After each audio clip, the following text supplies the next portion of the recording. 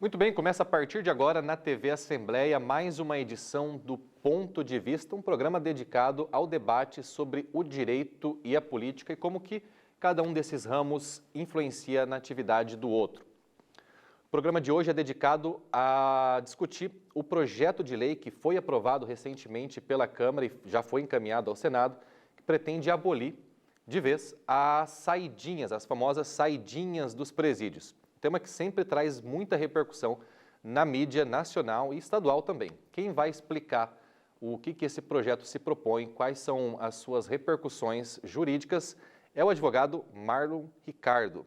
Seja bem-vindo ao programa. Muito obrigado pelo convite, é um prazer estar aqui. Então, doutor, vamos começando o programa explicando de cara o que são essas saidinhas, como que a gente pode defini-las, classificá-las juridicamente. Basicamente, o nome correto é a saída temporária. O preso, quando ele chega ao regime semiaberto, seja porque ele foi condenado em semiaberto, ou seja porque ele progrediu do fechado ao semiaberto, ele cumpre um sexto da sua pena ali e ele tem direito a algumas saídas durante o ano de 7 dias. Essas saídas ele deixa o presídio completamente, elas são para alguma relacionada a tratamento, a sua educação, ou mesmo a visitar a sua família.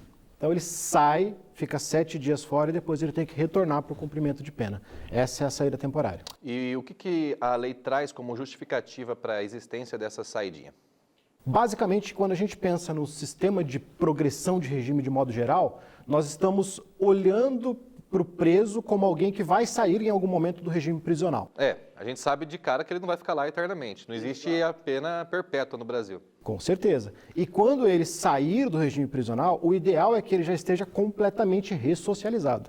E aí, o direito, o judiciário como um todo, a lei como um todo, ela vai dando pequenos benefícios para que aquele preso prove que ele está efetivamente reabilitado e em possibilidade de voltar a conviver em sociedade.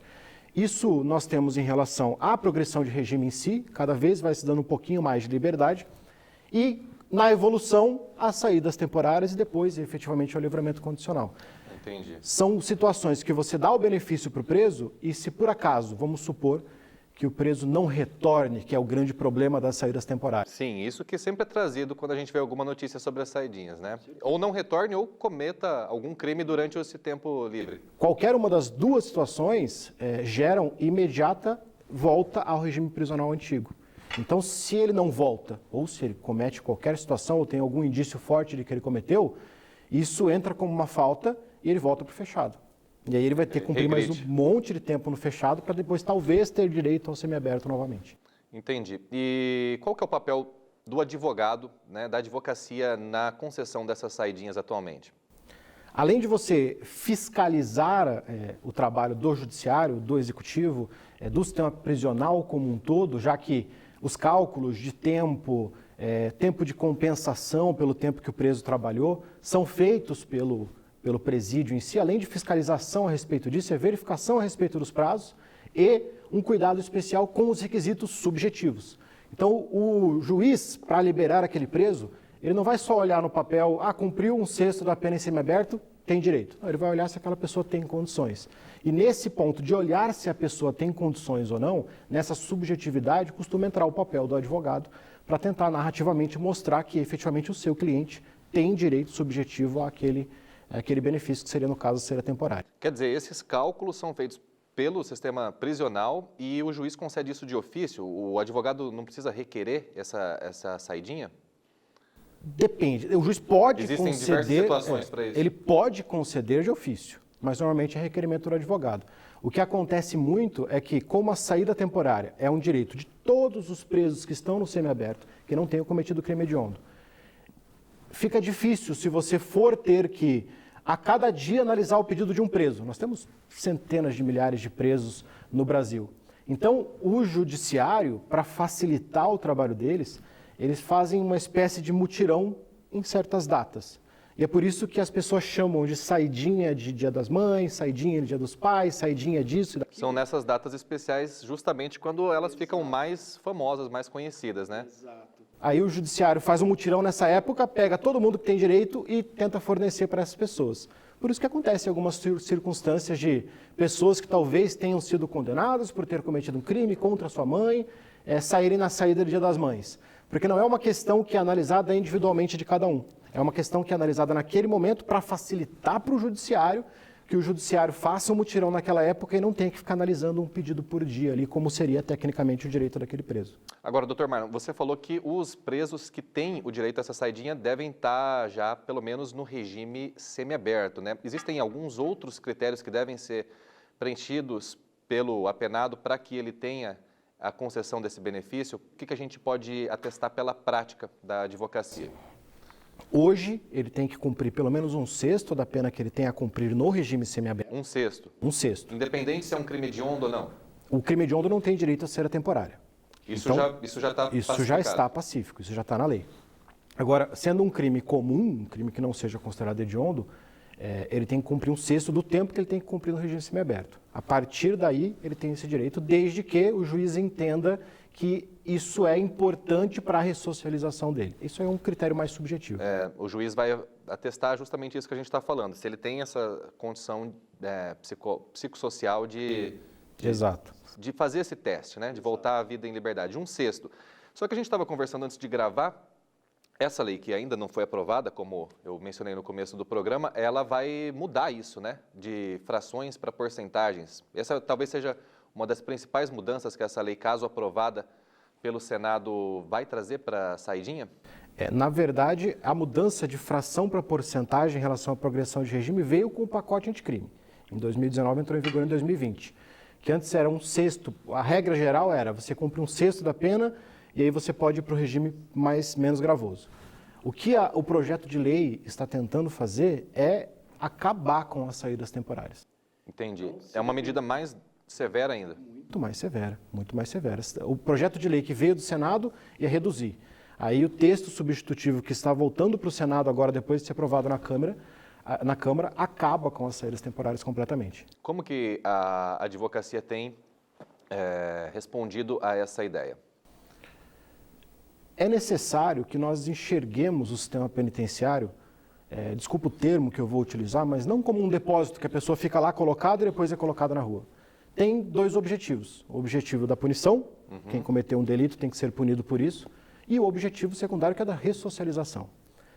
A saída temporária é importante para a ressocialização, porque o preso, ele como tem esses critérios subjetivos, o preso que tem um mau comportamento, o preso que demonstrou de alguma forma durante o seu cumprimento de pena que ele vai voltar a cometer crimes, ele não sai temporariamente. Só sai aquele que já está dando indícios ao Estado de que ele pode voltar a viver em sociedade. Então é melhor o Estado liberar esse cara por 7 dias e falar depois você volta, do que a gente descobrir isso só depois que ele terminou o cumprimento da pena. Porque ele vai sair sem ter nenhum tipo de possibilidade de retorno e só vai voltar se efetivamente cometer um crime. Então esse pequeno grão de liberdade de 7 dias, em uma pena imensa às vezes, que o Estado dá, é importante para que o Estado possa fiscalizar aquele preso, saber se ele efetivamente vai se comportar naquele período, porque caso ele não se comporte, seja não retorne na época, no prazo final da saída temporária, ou mesmo venha cometer um delito durante esse período, ele é regredido no regime. Então ele mostrou para o Estado, olha, eu não posso voltar a viver em sociedade ainda. O Estado volta ele fechado, deixa ele mais um tempo ali, para depois começar a dar para ele novas possibilidades. Então, para a questão da ressocialização, a saída temporária é importante. É importante. Caso essa lei seja aprovada da forma como ela está sendo encaminhada ao Senado, então vai haver alguma resistência nos habeas corpus, na prática de defesa recorrente? Com certeza, com certeza. Os advogados vão ir contra, com certeza. Outra questão que a gente estava conversando antes de começar o programa, que existe a possibilidade, né, a gente pode já prever que os advogados vão combater, é uma mudança que essa lei traz sobre o uso das tornozeleiras, que a partir de agora ela pode ser obrigatória, né? As tornozeleiras, como que a gente pode falar sobre o uso das tornozeleiras hoje e a mudança caso a lei seja aprovada? O que o juiz considera na hora de determinar o uso da tornozeleira pelo preso? Hoje existe um critério subjetivo pelo juiz. Então o magistrado, olhando caso a caso, individualmente, preso a preso, ficha comportamental, se aquele preso está trabalhando ou não está, se ele já deu indícios de que está seguindo para sua reabilitação ou não. ele vai decidir. No momento que aquela pessoa for sair, ele vai decidir. Tem que usar tornozeleira ou não tem. Tem que ser monitorado eletronicamente ou não. O projeto de lei, ele impõe ao magistrado que seja colocada a tornozeleira eletrônica, ou seja, fiscalização, em todos os presos que estiverem em qualquer grau de liberdade. Então, seja no semiaberto, para sair para trabalhar, seja na saída temporária de 7 dias, seja no aberto, que a pessoa só vai dormir no presídio, no albergue, ou mesmo o preso que está nessa condição do regime aberto também tem que usar a tornozeleira? Segundo o projeto de lei, sim. Todo mundo não. que tiver em cumprimento de pena vai ter que usar a tornozeleira. Em algum momento vai ter que usar a tornozeleira. Essas são algumas das mudanças prometidas por essa lei que deve ser votada pelo Senado ainda no segundo semestre, né? Eu creio que sim. Ainda no segundo semestre a gente pode ter aí a mudança definitiva sobre as saidinhas temporárias dos presídios. O meu entrevistado de hoje é o Dr. Marlon Ricardo, advogado criminalista, está aqui no Ponto de Vista. A gente volta no segundo bloco com as perguntas que vocês que seguem a Assembleia Legislativa nas redes sociais enviaram sobre essa matéria. Fica de olho, a gente volta daqui a pouco. Muito bem, a gente volta para o segundo e último bloco do Ponto de Vista e, como prometido, a gente traz agora as perguntas que vocês que seguem a Assembleia Legislativa nas redes sociais mandaram sobre o tema de hoje, que, lembrando, é o projeto de lei que prevê o fim das saidinhas temporárias dos presídios. E quem vai apresentar as perguntas que foram encaminhadas para a gente é a minha colega Areta Muritiba, que retorna ao programa. E aí, Areta, beleza? Olá, Radamés. Olá, Tá gostando da entrevista até agora? Excelente, maravilhosa. Quero, inclusive, agradecer a presença também do Dr. Marlon Ricardo e falar que nosso dever aqui na TV Assembleia também é trazer essas leis, elucidar, esclarecer para vocês, nossos seguidores. Atualizar a nossa audiência, né? Atualizar a nossa audiência. E eles enviaram algumas dúvidas aqui para a gente. E já podemos ir para a primeira. A Ioko quer saber se a nova lei influencia no direito às visitas da família. Dr. Marlon, isso vai acontecer? Pode acontecer? Como que fica essa questão, doutor? Não, no projeto de lei, ele se ateve a situações relacionadas à tornozeleira e relacionada à eliminação da saída temporária, né? Então, a única coisa que vai interferir da visita à família é a visita inversa. O preso não vai mais poder visitar a sua família durante seu cumprimento de pena naqueles 7 dias que ele poderia. A família em si, ir visitar o preso no presídio, não vai ter nenhum tipo de interferência. Por enquanto, né? Por enquanto. Porque o texto ainda, lembrando, pode ser modificado no Senado. Sim, pode ser modificado no Senado, só que reinicia, volta para a Câmara e vai ficar nesse bate-volta. Alteração que esse projeto de lei tiver em qualquer uma das casas, a outra tem que analisar. Exatamente. Beleza, vamos para a segunda pergunta, então? A Ana Caroline quer saber qual que é a diferença entre saidinhas e indultos. Pois é, né? No começo do programa a gente tinha tentado fazer essa classificação, essa definição jurídica da saidinha e existem várias modalidades de benefícios para os presos no Brasil, né? Tem a saidinha, tem o indulto, tem a graça. No que a saidinha se difere dessas outras? Bem, o indulto e a saída temporária são coisas completamente diferentes. Quando a gente pensa na saída temporária, nós estamos pensando na lógica da progressão de regime, que o Estado vai dando ao preso benefícios para que ele mostre ao Estado que ele pode voltar a viver em sociedade. Essa é a lógica da saída temporária, está prevista na Lei de Execuções Penais. O indulto é uma prerrogativa exclusiva do Presidente da República. Então, o Presidente da República, por razões políticas, as razões que ele achar necessário, já que é uma prerrogativa que ele tem, ele pode indultar uma pessoa ou uma coletividade. Então, o indulto pode ser individual ou pode ser feito de maneira coletiva. Quando o presidente indulta, como já aconteceu em diversas oportunidades, o que nós temos é o perdão da pena, ou de uma parte ou da integralidade daquela pena. Todo ano, e aí por isso que normalmente tem essa confusão em relação às saídas temporárias e o indulto, é por aquilo que eu te falei do nome, né? Dão um nome de saidinha indulto de Natal, saidinha de Natal, saidinha Dia das Mães, indulto de Natal. Então, é mais esse nome que é dado pela população e não pelo direito, do indulto ser o indulto de Natal. Porque, em regra, há muito tempo, todo final de ano, nós temos um indulto coletivo. Então, o presidente da República, ali por volta do dia 28 de dezembro, ele faz em decreto, já que é sua prerrogativa, não precisa passar pelo Congresso ou por lugar nenhum, ele decreta o indulto coletivo.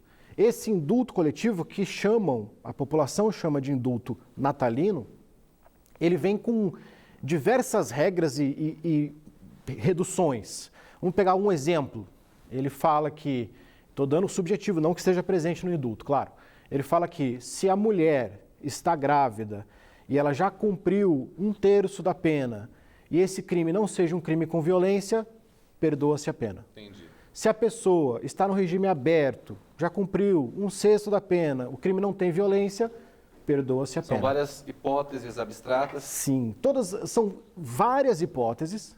O decreto realmente tem várias páginas com N hipóteses e que normalmente elas no indulto, pelo menos no indulto que é natalino, que é o indulto que é feito no final do ano, todo ano tem, normalmente ela vem com o perdão de uma quantidade de pena. Inclusive, o papel do advogado nesse caso é muito importante porque não é automático. O indulto, ele vem, o decreto, e se você não pegar aquele indulto e aplicar no caso concreto, não verificar se o seu cliente preenche ou não os requisitos para aquele indulto, ele não vai ser aplicado. Entendi.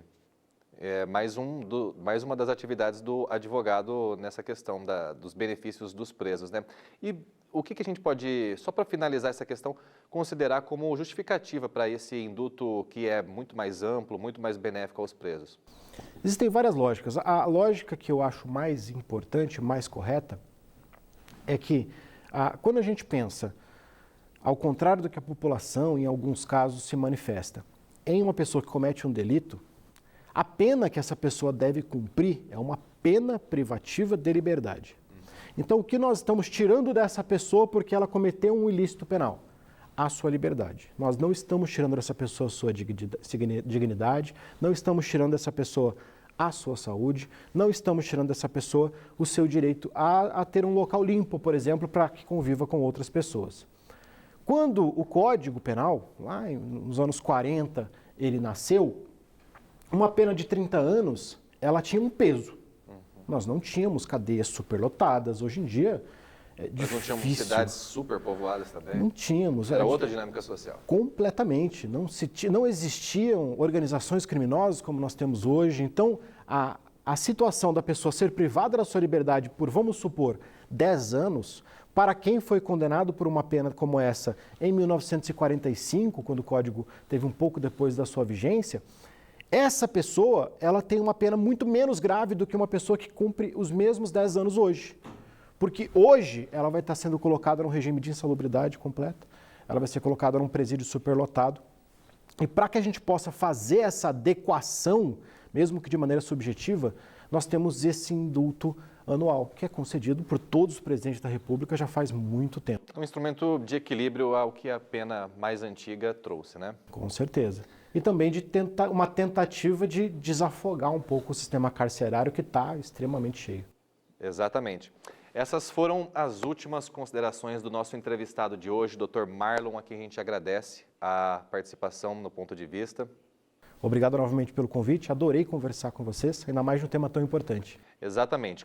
Lembrando que esse projeto de lei ele vai ser analisado ainda pelo Senado, havendo alguma atualização, alguma novidade sobre a sua aprovação ou não, a gente traz aqui no Ponto de Vista, de novo com o Dr. Marlon, nosso entrevistado de hoje. Eu vou, além de agradecer a participação dele, agradecer também a participação da minha amiga Areta, que apresentou as perguntas dos seguidores hoje. Eu também agradeço, Radamés, a participação do Dr. Marlon Ricardo e agradeço a audiência de vocês. E para continuar acompanhando a nossa programação, é só seguir as mídias sociais que estão passando agora no vídeo. Obrigada pela sua companhia e até o próximo encontro. TV Alemes, 20 anos. A TV da gente, de MS.